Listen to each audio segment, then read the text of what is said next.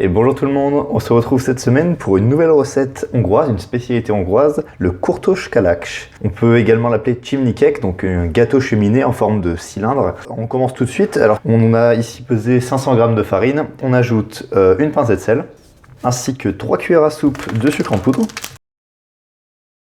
On va rajouter un sachet de levure, donc de la levure de boulanger, attention, pas de la levure chimique, et 2 œufs.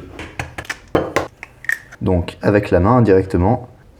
Voilà, on va rajouter le lait. Donc ici on a 200 ml. Essayez de prendre du lait un petit peu tiède car la levure sera plus active après.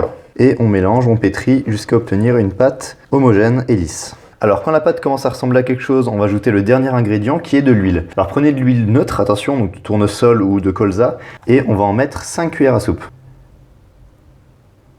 Et 5. Et on finit de pétrir, donc on pétrit pendant environ 5 minutes. Voilà, donc quand la pâte est bien lisse et bien homogène, on va la laisser reposer dans une pièce assez tiède pendant 1 heure. Alors traditionnellement, les kurtos kalács sont cuits à la broche. Donc en fait, on a des sortes de braises qui sont sous les kurtos kalács et qui tournent, ce qui permet d'avoir une cuisson homogène. Et donc qui sont sur des sortes de rouleaux à pâtisserie. Alors ici, on n'a pas cette technologie, donc on va plutôt prendre simplement des canuches qu'on va mettre dans du papier alu et on va faire cuire ça au four. On la met dans du papier alu et simplement on vient la recouvrir comme ceci. Il faut que ce soit bien serré, hein. On vient couper et sur le sommet on vient simplement ramener comme ceci le papier alu.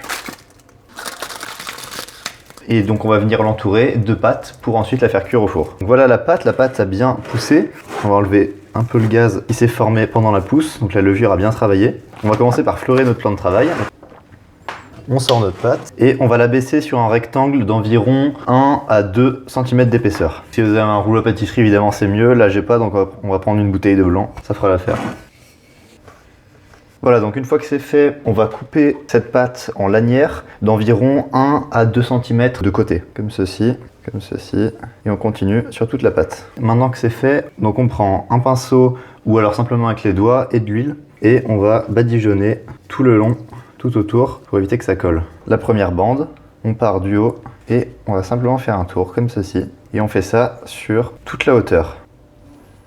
Voilà, bien serré, on va finir par une plus petite. Ensuite pour la sceller, on va la rouler légèrement comme ceci.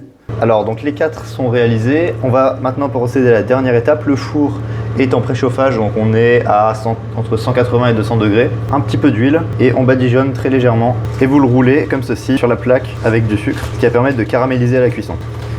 Et quand ça sort de cuisson, on peut rajouter éventuellement encore du sucre ou de la cannelle, chocolat, du cacao, de la noix de coco. Et également certains rajoutent par exemple une boule de glace à l'intérieur. Et ça c'est un peu pour les plus fous d'entre vous. Donc voilà pour le montage final. Vous mettez une feuille de papier cuisson sur une plaque de cuisson et les 4 comme ceci. Et donc maintenant ça part au four à 180 degrés pendant 15 à 20 minutes. Voilà, c'est cuit, donc voilà ce que ça donne. Pour le démouler, je vous conseille de le démouler par le haut parce que ici vous voyez que ça déborde un peu sur la canette. On pousse et ça sort tout seul.